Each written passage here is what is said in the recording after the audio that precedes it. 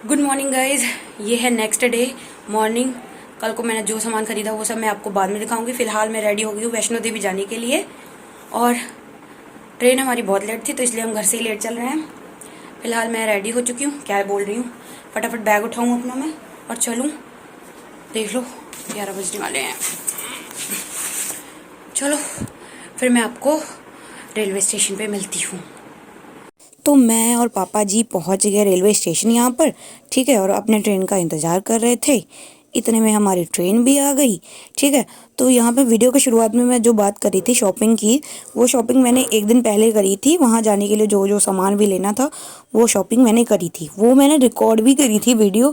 पर एंड में जाके फिर मेरा मूड बदल गया, तो फिर मैंने वो वीडियो नहीं डाली। यहाँ पर मैं खुद को रिकॉर्ड कर रही हूँ। तो हमारे साथ ना लिटरली इतना बुरा हुआ, मैं क्या बताऊँ आपको, जो कि मैं वीडियो के एंड में बताऊँगी, है ना। उसके बाद आप देखो अमेजिंग व्यू, मतलब इसके लिए तो यार पैसे पे करते हैं ना हम यार। इतना सुंदर व्यू, लिटरली ये जम्मू के पहले का है, ठीक है। ये जम्मू शहर है, आई थिंक सो, उसी की ये सारी रिकॉर्डिंग है। और ये है ऊपर, ये हम चल रहे हैं किसके ऊपर यार, फ्लाईओवर कहते हैं, नहीं नहीं, फ्लाईओवर तो उसको बोलते हैं ना जो जिस पे नॉर्मल रो बाइक्स वगैरह, है ना।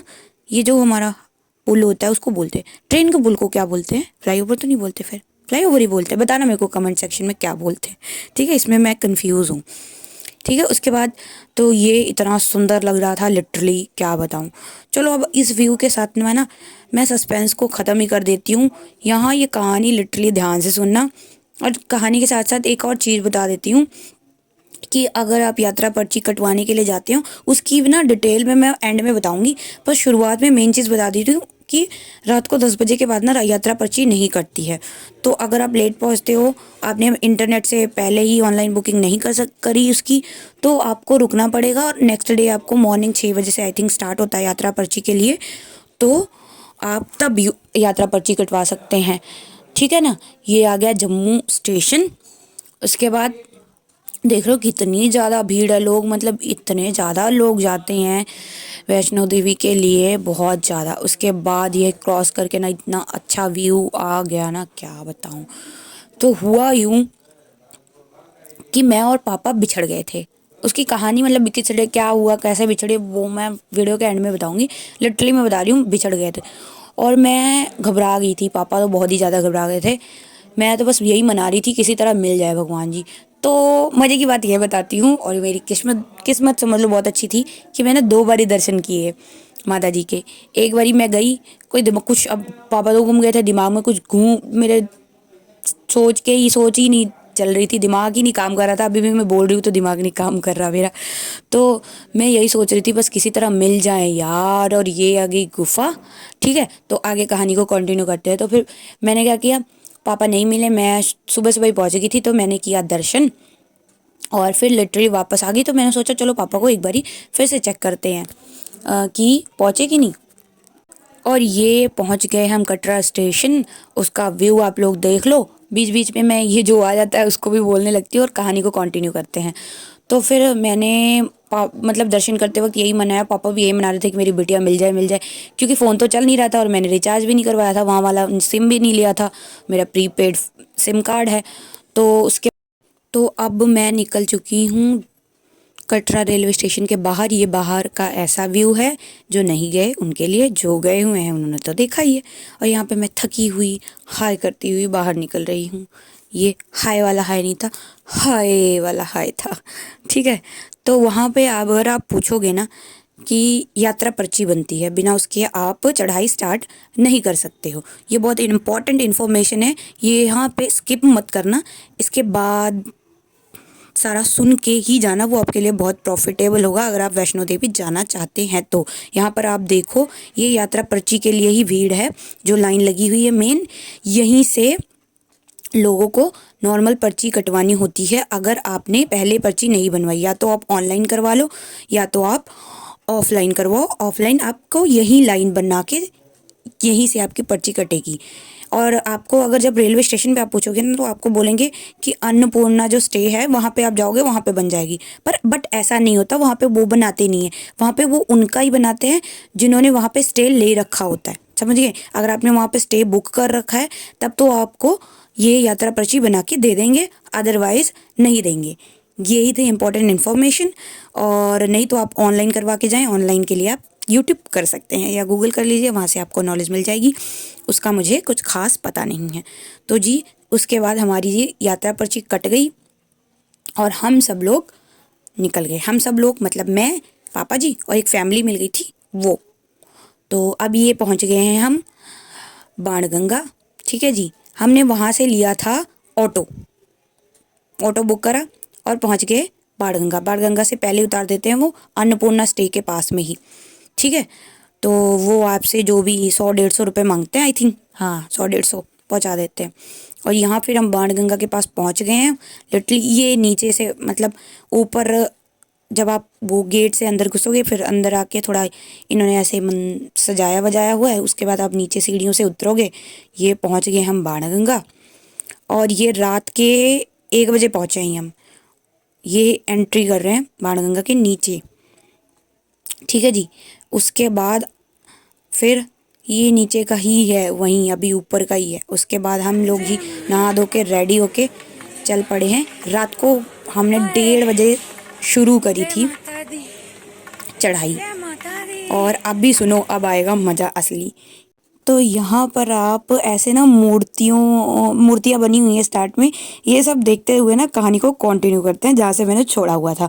तो भाई मेरे पास सिम कार्ड वगैरह तो था नहीं, तो हुआ यूँ, अब मैं तो सोचने लगी कि हमारा तो चलो टिकट बुक था, रिटर्न टिकट। मैंने यही सोच लिया कि कोई बात नहीं, पापा ट्रेन का तो पता है वहाँ पे तो आ ही जाएंगे, तो फिर क्या बोलते हैं वहाँ पे मिल जाएंगे, ठीक है। तो मैंने एक बार दर्शन किया मनाते हुए भगवान को कि हे भगवान मेरे पिताजी मिल जाए, पापा मिल जाए, पापा मिल जाए। पापा भी घबराए हुए थे बहुत कि मिल जाए मिल जाए।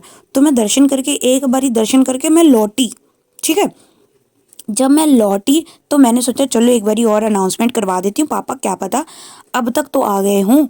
लिटरली माता रानी की इतनी कृपा कि मतलब उनसे जो मांगो वो मिलता ही मिलता है। जैसे ही मैं वहाँ पे पूछताछ घर के सामने पहुँची ना, लिटरली पापा वहीं खड़े थे। पापा लाठी लिए खड़े थे ना, पापा ने कहा मारूंगी ना, मारूंगा ना एक लाठी, सही हो जाओगी। कहाँ चली गई थी, मैं तो घबरा गया था। पापा तो इमोशनली हो गए क्या ना। और ये ना जो मंदिर है यहीं से स्टार्ट होती है हमारे दर्शन। ये है चरण पादुका, यहाँ पे सारी 9 देवियों की मूर्ति बनी है, जो कि मैं कहानी बता रही तो पीछे भी रिकॉर्ड गई वीडियो की रिकॉर्डिंग। ये है हमारे भोलेनाथ, हर हर महादेव। रात के बज रहे हैं 2 और अभी भी यही हाल है। जय माता दी। आई हैव 2 sticks, 1 माइन, एक पापा की और भाई पिट्ठू बैग। जब मैंने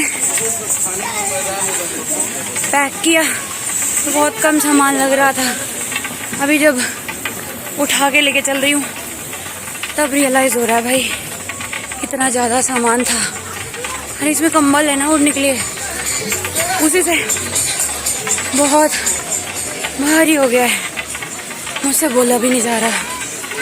चलो आगे मिलते हैं। जय माता दी। मैं पौड़ियाँ ले लिया, वो गलत काम किया। तो मैंने 551 वाली सीढ़ियाँ अकेले चूज़ कर ली थी। पापा दूसरे रास्ते से आ रहे थे, मैं सीढ़ियों के रास्ते से आ रही थी और हालत लिटरली ख़राब हो गई थी। ये वहाँ से जब चढ़ के ऊपर आ गई तो वहाँ से हमारा श्रीनगर शहर, श्रीनगर नहीं सॉरी कटरा शहर इतना अच्छा लग रहा है। इट्स शहर या शहर, इट्स शहर, या सही पकड़ी हूँ मैं। तो ये यहाँ पहुँच चुकी हूँ मैं।